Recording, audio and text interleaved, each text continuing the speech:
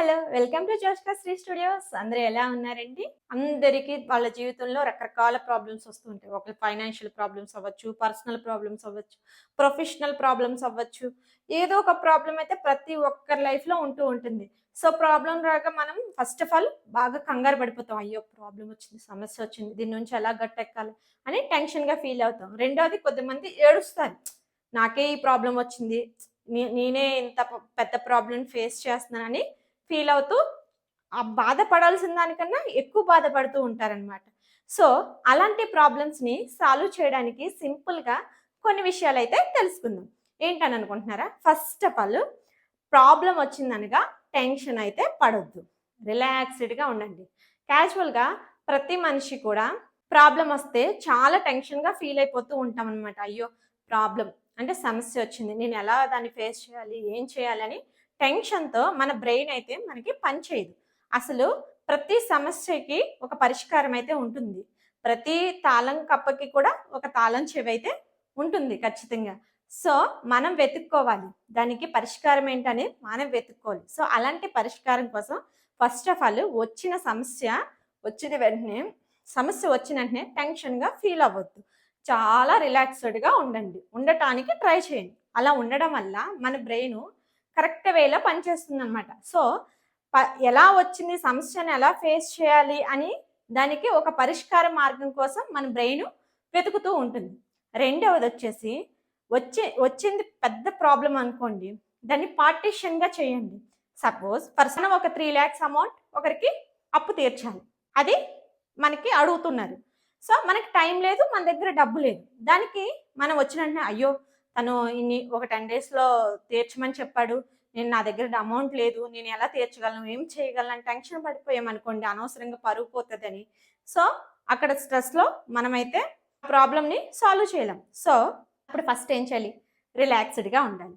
రెండవది ఏం చేయాలి? ఆ ప్రాబ్లమ్స్‌ని స్మాల్‌గా చేయాలి. అంటే పార్టిషన్స్‌గా చేయాలన్నమాట ఫస్ట్ ఆఫ్ ఆల్. సరే, అతనికి 3,00,000 అయితే చేయాలి. నా దగ్గర ఎంత అమౌంట్ సేవ్ చేసిందుంది? సో, నా ఫ్రెండ్స్ ద్వారా కానీ, నా రిలేటివ్స్ ద్వారా నేను ఎంత అమౌంట్ తీసుకురాగలను? సో, ఇంకా ఇంకేం చేయగలను? లోన్ పెట్టగలనా? ఒక పర్సనల్ లోన్ అయితే అప్లై చేయగలనా? ఇలాగా రకరకాలుగా. లేకపోతే గోల్డ్ ఉంటే గోల్డ్ బ్యాంక్‌లో పెట్టి తీసుకొస్తే బావుంటుంది. ఇలా రకరకాల ఆప్షన్స్ వెతుక్కోవాలి. సో, వచ్చిన దాంట్లో ఏది బెస్టు, ఎలా చేయాలి అనేది చూజ్ చేసుకొని, ఆ ప్రాబ్లమ్ అయితే సాల్వ్ చేసుకోవడానికి చూడాలి. మూడోదొచ్చేసి ప్రాబ్లమ్ వచ్చినప్పుడల్లా మన ప్రాబ్లమ్ కన్నా అది ఎదటి వారి ప్రాబ్లమ్‌గా ట్రీట్ చేయాలి. ఏంటి విచిత్రంగా చెప్తుంది అనుకుంటున్నారా? నిజమేనండి. మీరు సరిగ్గా చూసారో లేదో, ప్రతిసారి మనం ఎదటి వాళ్ళకి ఎక్కువ మంచి సలహాలు ఇస్తూ ఉంటాం. మన లైఫ్‌లో మనం మంచి సలహాలు తీసుకోలేము. కానీ ఎదటి వారికి ఇచ్చేవి చాలా వరకు మంచి సలహాలు ఇస్తా ఉంటాం. ఎందుకంటారా? ఫస్ట్ ఆఫ్ ఆల్ అది ఎదటి వారి ప్రాబ్లమ్ కాబట్టి వాళ్ళు ఫేస్ చేసే అంత స్ట్రెస్ మనం ఫేస్ చేయం. రెండవది ఎప్పుడు మనకి మన ప్రాబ్లమ్ కన్నా ఎదుటి వారి ప్రాబ్లమ్ చిన్నదిగా కనిపిస్తుంది. కాబట్టి మన బ్రెయిన్ చాలా షార్ప్‌గా పనిచేస్తుంది. సో, అందుకనే ఎప్పుడు కూడా చాలామంది ఎదుటి వాళ్ళకి సలహాలివ్వడం, ఎదుటి వాళ్ళ నుంచి సలహాలు తీసుకోవడం చేస్తూ ఉంటారు. సో, మనం కూడా మన ప్రాబ్లమ్ సాల్వ్ చేసుకోవాలంటే, ఆ ప్రాబ్లమ్ ఎదుటి వారి ప్రాబ్లమ్‌గా ట్రీట్ చేయాలి. అలా ట్రీట్ చేయడం వల్ల మన బ్రెయిన్ షార్ప్‌గా పనిచేస్తుంది. సో, అలాంటప్పుడు మనకి చాలా మంచి ఆలోచనలు, వెతుక్కునే దారులు కూడా దొరుకుతూ ఉంటాయి. తర్వాతొచ్చేసి కొన్నిసార్లు ఈ పైన 3 ఫాలో అయ్యాక అంటే మన బ్రెయిన్ పనిచేయలేదు అనుకోండి. జీవితంలో చాలా సమస్యల్ని ఫేస్ చేసి ఎక్స్‌పీరియన్స్ పొందిన పెద్దవాళ్ళో, ఫ్రెండ్సో, రిలేటివ్సో ఎవరో ఒకరు ఉంటారు కదా మన చుట్టుప్రక్కల. సో, అలాంటి వాళ్ళని ఒక నలుగురిని కనుక్కొని ఏది చేస్తే మంచిది అని అడిగి, అందులో ఏది బెస్ట్ అని మనం కూడా ఆలోచించుకొని ఆ ప్రాబ్లమ్‌నయితే సాల్వ్ చేసుకోవచ్చు. పెద్దల మాట పెరుగన్నం మూట అంటారు కదా! వాళ్ళ జీవితంలో చాలా అనుభవాలనైతే చూసుంటారు.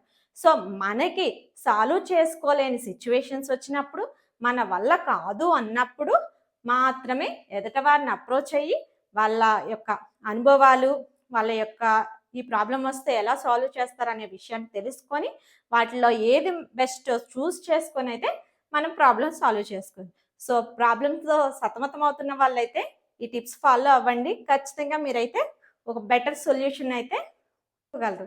సో, కంటెంట్ నచ్చినట్లయితే వీడియోని లైక్ చేయండి, షేర్ చేయండి అండ్ కొత్తగా చూస్తున్న వాళ్ళైతే సబ్స్క్రైబ్ చేసుకోండి. మళ్ళా కొత్త కంటెంట్‌తో కలుసుకుందాం. Until then bye bye. Thank you all.